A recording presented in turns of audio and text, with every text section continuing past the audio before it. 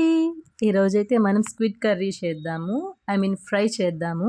So, స్క్విడ్‌ని మనం ఫ్రాన్స్‌ని ఉడకబెట్టుకుంటాం గదా! కొంచెం సాల్ట్ అండ్ పసుపు వేసి సో, అలాగైతే ఉడకబెట్టేసుకున్నాననమాట. అది ఉడికే టైంలోనే మన ఫ్రైకి కావాల్సిన టొమాటో, ఆనియన్, గ్రీన్ చిల్లీ, కరివేపాకు కూడా మంచిగా కట్ చేసి పెట్టుకున్నాను.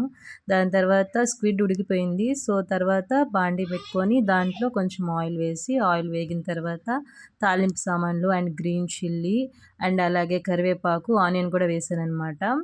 ఆనియన్ త్వరగా వేగాలంటే మన దగ్గరున్న టిప్ వచ్చేసి కొంచెం సాల్ట్ గానీ వేసుకోవాలి. సో, సాల్ట్ కూడా వేసేసుకున్నాను.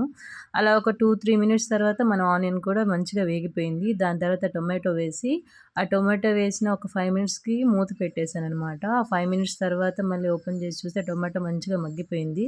సో, టొమాటో కూడా మంచిగా మగ్గిపోయింది కాబట్టి దాంట్లో కొంచెం పసుపు వేసి మంచిగా కలబెట్టేసుకున్నాను. దాని తర్వాత కొంచెం కర్రీకి సరిపడా ఉప్పు కూడా వేసేసాను. అండ్ మనకు కావాల్సిన కారం కూడా వేసేసాననమాట. వేసేసి ఒక 5-10 మినిట్స్ ఉంచాననమాట మూత పెట్టేసి. సో దట్ స్పైసీనెస్ అనేది మొత్తం అన్నిటికి మంచిగా పట్టాలి అని చెప్పి. అండ్ అలాగే కారం స్మెల్ కూడా రాకుండా ఉంటుంది.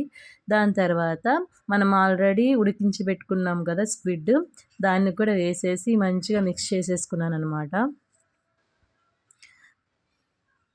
మిక్స్ చేసుకున్న తర్వాత ఒక 5-10 మినిట్స్ మళ్ళీ మనం మూత పెట్టేసుకుంటే ఆ స్క్విడ్ అనేది కూడా ఆయిల్‌లో మంచిగా వేగుతది. సో దట్ టేస్ట్ చాలా బావుంటది. సో దాని తర్వాత మూత తీసేసి ఇంకా స్క్విడ్ కర్రీలో ధనియాల powder, jeera powder and garam masala కూడా వేసేసి కలబెట్టేసి ఒక 5 మినిట్స్ అలా స్టవ్ మీద పెట్టేస్తే చాలు సిమ్‌లో. మనం చేసుకునే స్క్విడ్ ఫ్రై అయితే రెడీ అయిపోతుంది. Thank you for watching.